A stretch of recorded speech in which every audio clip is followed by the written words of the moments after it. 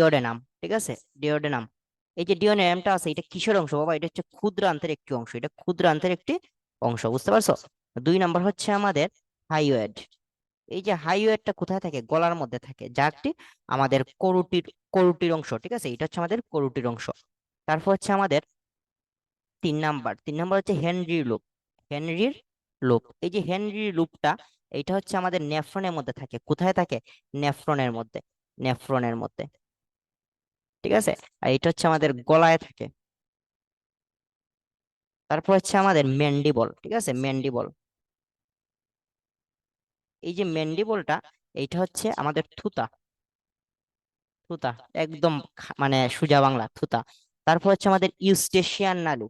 Eustachian নালী, এই যে Eustachian নালী, এইটা কোথায় থাকে? এটা হচ্ছে আমাদের নাসা গহ্বর থেকে গলবিল পর্যন্ত বিস্তৃত, ঠিক আছে, গলবিল পর্যন্ত বিস্তৃত। এইটা হচ্ছে ইউ আকৃতির, বুঝতে